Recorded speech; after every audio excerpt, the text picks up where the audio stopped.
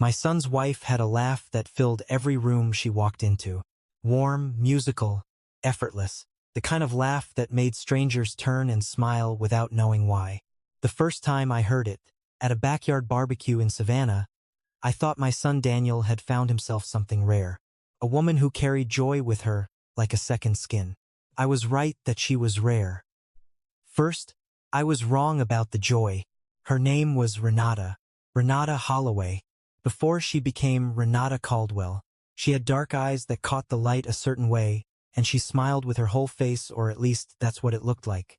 It took me years to understand the difference between a smile that comes from somewhere real and a smile that's been practiced in front of a mirror until it looks real.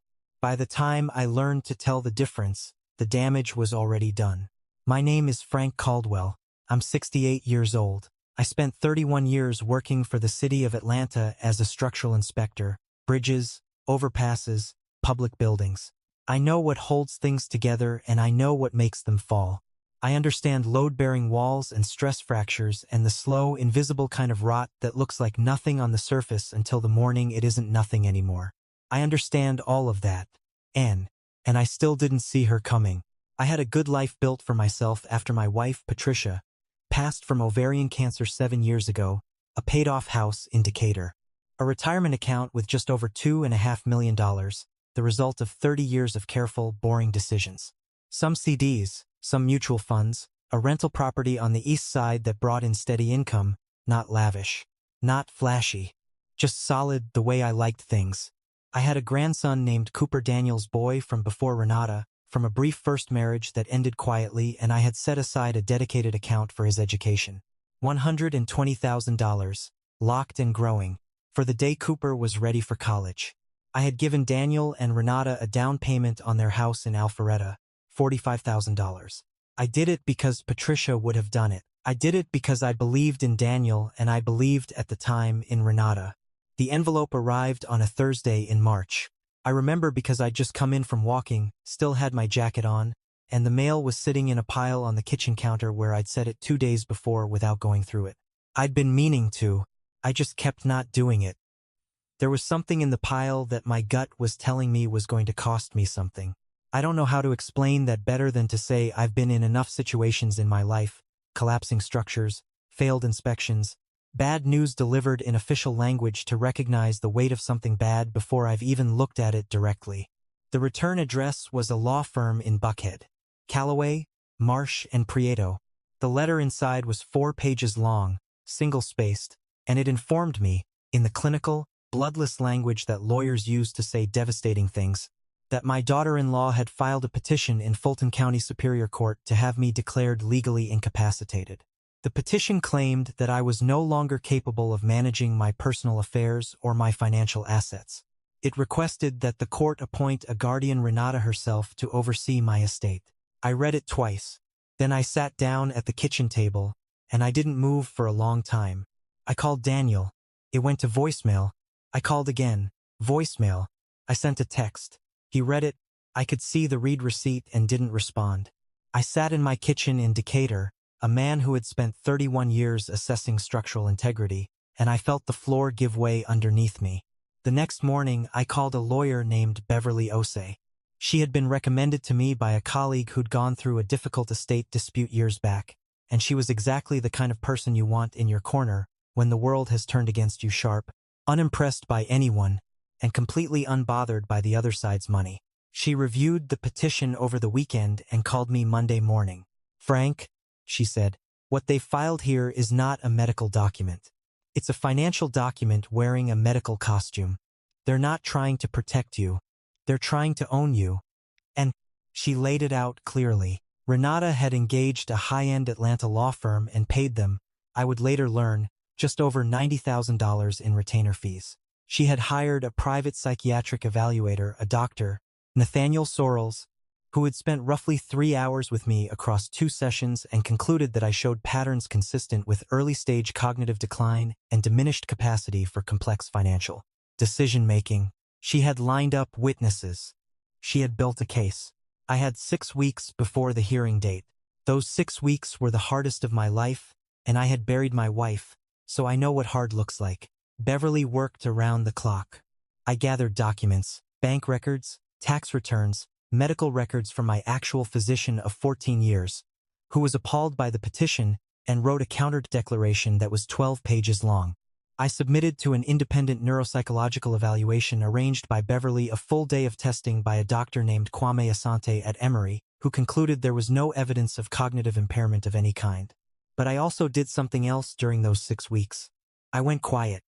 I stopped calling Daniel, not because I had given up on my son, but because Beverly advised me to limit contact and because every time I thought about picking up the phone to call him, I felt a wave of something I didn't have language for at the time, something between grief and fury and a strange, hollow mercy. My son was not a cruel man. He was a weak one, and sometimes weakness does more damage than cruelty because it masquerades as helplessness. The night before the hearing, I sat in my living room surrounded by photographs. Patricia at our wedding, Daniel at age 6, missing his front teeth, standing next to the car I just taught him to wash. Cooper at age 4, asleep in my armchair with my old Braves cap pulled down over his eyes. I thought about the kind of man I had tried to be. Careful, steady, present, end quote, end quote. Test day. I thought about all the structures I had inspected over the years, the ones that held and the ones that didn't, and I thought about what made the difference. It wasn't always the material. Sometimes it was simply whether someone had bothered to look closely enough. I put on my gray suit in the morning, the one Patricia picked out for me the year before she got sick. I drove myself to the courthouse on Pryor Street and I walked in with Beverly at my side, and I told myself I was a man who had held up bridges and I was not going to let one woman's smile be the thing that brought me down. The courtroom was smaller than I expected. Wood-paneled walls, fluorescent lighting that made everyone look slightly unwell, the hum of an HVAC system that hadn't been serviced in too long. Renata was already seated at the plaintiff's table when I came in. She was wearing a charcoal blazer and her hair was pulled back and she looked like a concerned professional, the kind of woman you'd trust to manage a difficult situation with grace. She looked up when I entered. She gave me a small, sad smile, the smile of a woman reluctantly performing a painful duty. I looked away. Daniel was in the gallery, 3 rows back. He didn't acknowledge me. He was staring at the table in front of him like it contained something important. He had aged in 6 weeks. I noticed that. Even from across the room, I noticed it. The opposing counsel was a man named Preston Vogel. He was in his mid-40s, silver hair at the temples, the studied confidence of a man who charged $800 an hour and knew it. His opening statement lasted 20 minutes and it painted a portrait of me that I barely recognized, a confused, isolated old man who had begun making erratic financial decisions, who had twice forgotten appointments with his accountant, who had raised his voice at a home repair contractor who had quoted him an inflated price, who had been observed wandering his own neighborhood at night. Every single one of those things had an explanation. The accountant appointments were rescheduled by the accountant, not forgotten by me. The contractor had been trying to charge me $14,000 for a gutter repair that cost $2,000, and I had every right to be sharp with him. The nighttime walks were something I'd done for 20 years, Patricia, and I used to walk the neighborhood after dark, and I kept doing it after she was gone because it made me feel close to her. But the story was already written. All Preston Vogel had to do was read it. Dr. Sorrells took the stand first. He was a trim, precise man in his 50s who spoke with the authority of someone who has never been seriously doubted in his professional life. He described my diminished executive function and my difficulty processing multivariable scenarios. He used the phrase consistent with early cognitive decline 4 times. He said it with the same neutral, measured delivery each time, the way you'd describe weather patterns. Beverly cross-examined him sharply, forcing him to admit that his evaluation had been brief, that he hadn't reviewed my full medical history, and that he had no access to the Emory neuropsychological results. He remained unruffled. He had said what he was paid to say. Then came my former neighbor, a man named Gerald Houck, who had moved out of Decatur 3 years earlier. He testified that he'd seen me, on multiple occasions, struggling to recall the names of common objects, that I had once asked him the same question twice in the same conversation. Gerald and I had never been close. We'd had a boundary dispute over a fence line in 2019 that ended badly. I hadn't spoken to him since. I had no idea Renata had found him, or what she had offered him to come in and say those things. But he said them with the same convincing earnestness that all of her witnesses seemed to share, and I watched the judge's face and I felt the current turning against me. Beverly objected. She challenged Gerald's credibility, pointed out the fence dispute, noted that he had no medical qualifications whatsoever. The judge sustained one objection and overruled the others. Vogel kept moving. The afternoon session opened with Renata on the stand. She was flawless. She spoke about me with a tenderness that was so expertly calibrated it made my chest tighten, not with gratitude, but with a kind of helpless awe at how thoroughly she had rehearsed this. She told the judge, a quiet man in his 60s named Judge Harold Crane, that she loved me like a father, that this had been the hardest decision of her life, that she had watched me decline over the past 2 years with a heartbreak she couldn't fully put into words. She cried at the right moment, not too early, not too dramatically, just a slight catch in the voice and a careful touch of her fingertips to the corner of her eye. "Your Honor," she said, "Frank Caldwell built everything he has with his own 2 hands. He is one of the most remarkable men I have ever known. The man he is today is not the man he was. I am asking this court, not for my sake, not for anyone's sake but his, to make sure he is protected. He deserves that." From 3 rows back, I heard Daniel exhale. I didn't look at him. Judge Crane made a note on his legal pad. He looked at Beverly. He looked at Renata. He was a methodical man, and I had the sense of a man doing careful math in a room where everyone was showing him numbers they'd already decided on. Beverly had fought hard. Dr. Asante's report was in evidence. My medical records were in evidence. But the narrative was Renata's. She had spent $90,000 on the narrative, and it showed. Judge Crane set down his pen. He folded his hands on the bench. The courtroom went still in the way that courtrooms go still just before something irreversible happens, a silence that has weight to it, a silence you can feel pressing on your sternum. "I believe," he began, "that we have." The side door opened. Not the main entrance. The side door, the one near the bailiff station that I had assumed led to a utility corridor. It opened quietly, and a woman leaned in and spoke to the bailiff in a low voice. The bailiff, a heavy-set man named Torres, whose nameplate I had read out of habit, listened, stood, and walked to the bench. He passed a folded note to Judge Crane. The judge read it. Something shifted in his face. Not dramatically. Just a slight recalibration. The way a man's expression changes when a new variable enters an equation he thought he'd already solved. "Mr. Vogel," Judge Crane said, "are you aware of a witness named Thomas Greer?" The room's silence changed quality. Vogel's jaw tightened almost imperceptibly. "Your Honor, I'm not certain who." He's in the hallway," the judge said. "He presented himself to my clerk approximately 20 minutes ago. He says he has material evidence relevant to this proceeding." But the judge looked over his glasses at Vogel, then at Renata. Renata had gone very still. "The court will hear from him." Eight. Renata turned to Vogel. I saw her whisper, something sharp and urgent. He whispered back. Her hand, resting on the table, closed into a fist so slowly, she may not have been aware she was doing it. The bailiff opened the side door. The man who walked in was somewhere around 60 himself, maybe a few years younger than me. He was average in nearly every way that you notice: first medium height, gray-brown hair cut short, a navy sports coat over a plain white shirt. He walked without ceremony, the walk of someone who was not performing a rival, who was simply moving from one place to another because the moment required it. He took the witness stand and he was sworn in, and he looked out at the courtroom with the steady eyes of a man who has decided something and is at peace with the decision. I studied his face. I didn't know him. I was certain of that. I didn't. And then I looked at Renata. The way you look at the dial of an instrument when you want the true reading, and what I saw on her face stopped my breath. She had gone the color of old paper. The warmth, the practiced composure, the carefully maintained architecture of her expression had simply collapsed. Her eyes were fixed on this man with an intensity that was almost physical, and in them I saw something I had never seen there in 12 years of Sunday dinners and Christmas mornings and graduations and funerals. I saw fear, raw, cornered, animal fear. "Please state your name for the record," Judge Crane said. "Thomas Greer," the man said. His voice was unhurried and clear. "Mr. Greer, you've come forward voluntarily as a material witness. Can you explain your connection to this proceeding?" President. Type. Thomas Greer looked at the judge. Then he looked, briefly, at Renata. It wasn't a cruel look. It wasn't triumphant. It was the look of a man closing an account that had been open far too long.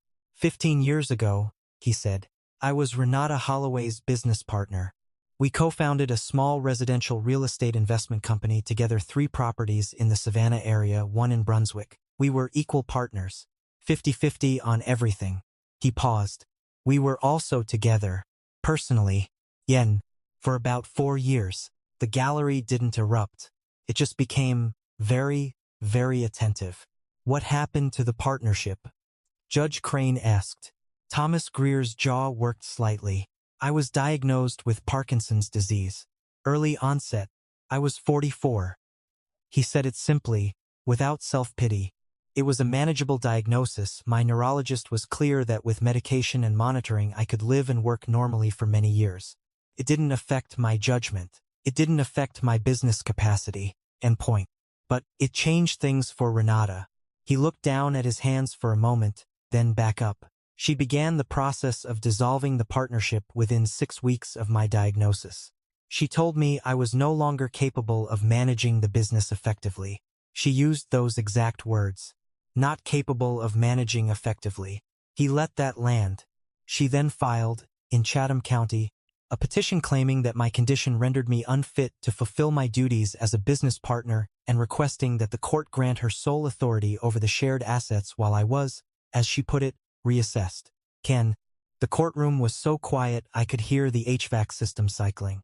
The petition, Thomas Greer continued, included a letter from a physician, a Dr. Linda Sorrells, who was a colleague of the Dr. Nathaniel Sorrells who testified earlier today. His sister. He said it without drama. He just said it. Dr. Linda Sorrells stated in that letter that my condition presented a risk to my financial decision-making and recommended supervised management of my interests. He reached into the breast pocket of his jacket and removed a folded document. I have a copy of that letter here. The sound that came from Preston Vogel was not quite a word. Beverly was on her feet, and for the first time all day she was smiling. The Chatham County Court denied the petition. Thomas Greer said, I brought my own physician's records, my own evaluation. The petition was thrown out, but the damage was done. If you Renata had already transferred the operating accounts into a single signatory structure during the proceeding. By the time the ruling came in, she had dissolved one of the properties without my consent, moved the proceeds, and resigned from the partnership. The money was gone. I spent 2 years in litigation trying to recover my share. I recouped some of it. He looked at Judge Crane steadily. I am here today because when I saw this case reported in the Fulton County Court filings, which are public record, I recognized the pattern. None. I recouped the same language. Diminished capacity. Diminished capacity. Unable to manage complex financial decisions.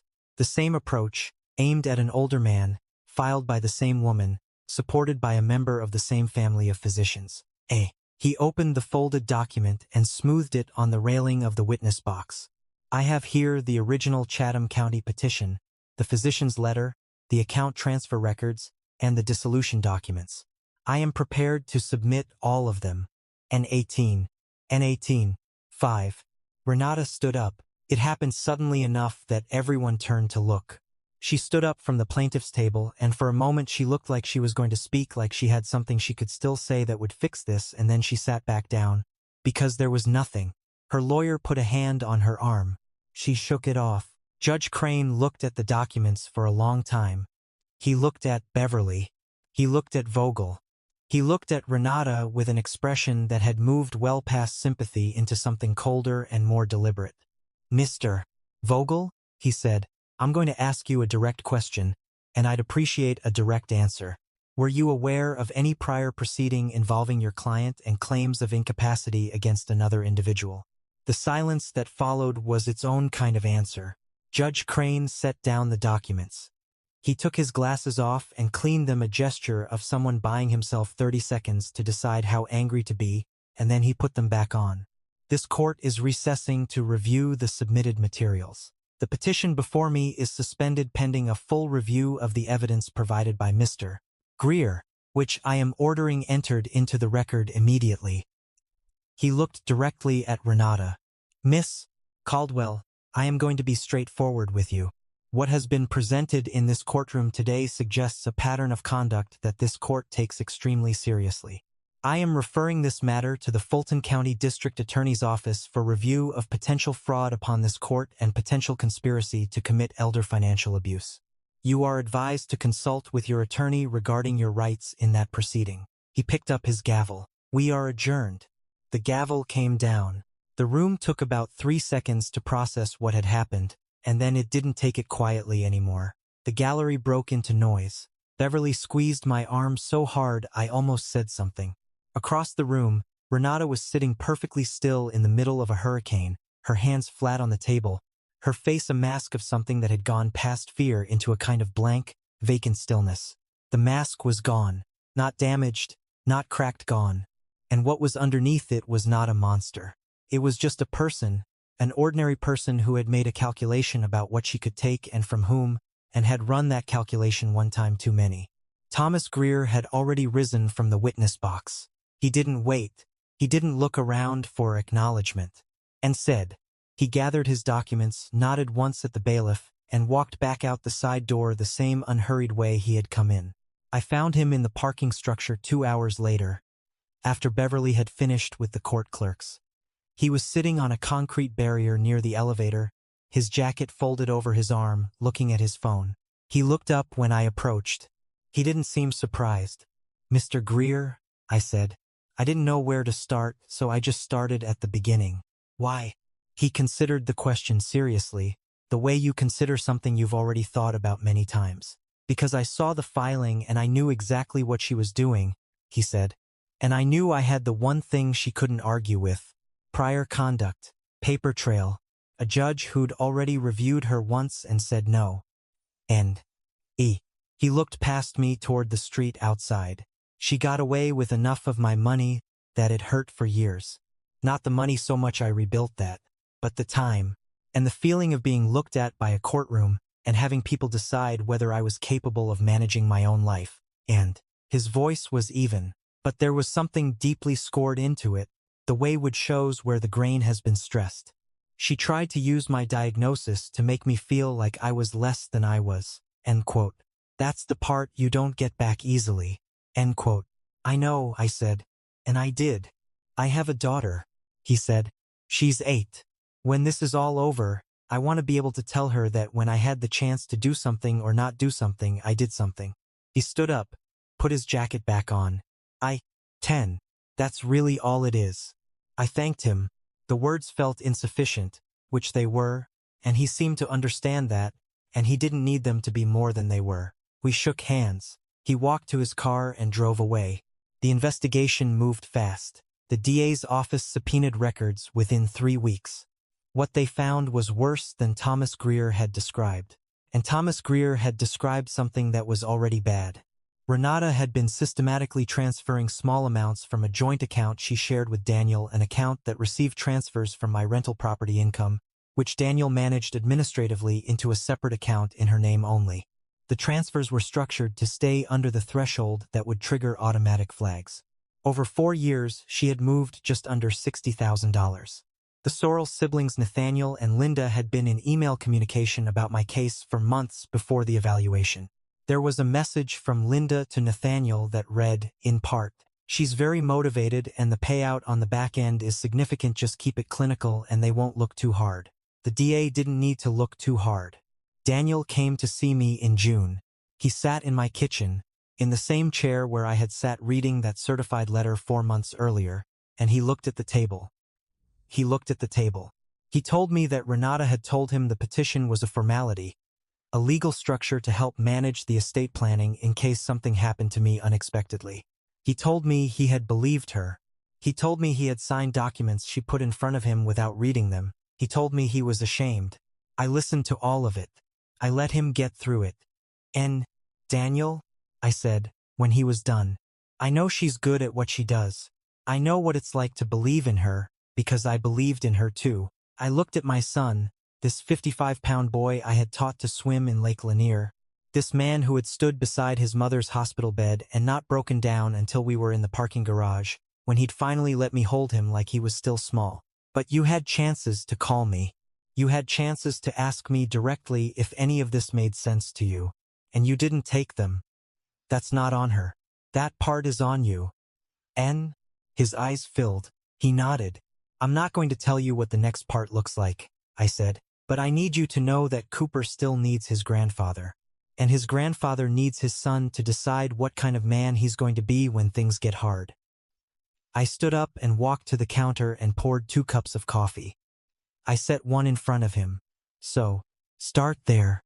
He nodded again. He wrapped his hands around the cup and he held it the way you hold something warm when you're very cold, and I sat back down across from him, and we stayed like that for a while.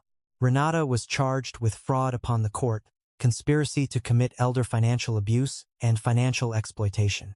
She pled guilty to reduced charges the following spring and was ordered to pay full restitution plus civil penalties. Daniel filed for divorce quietly, and she did not contest it.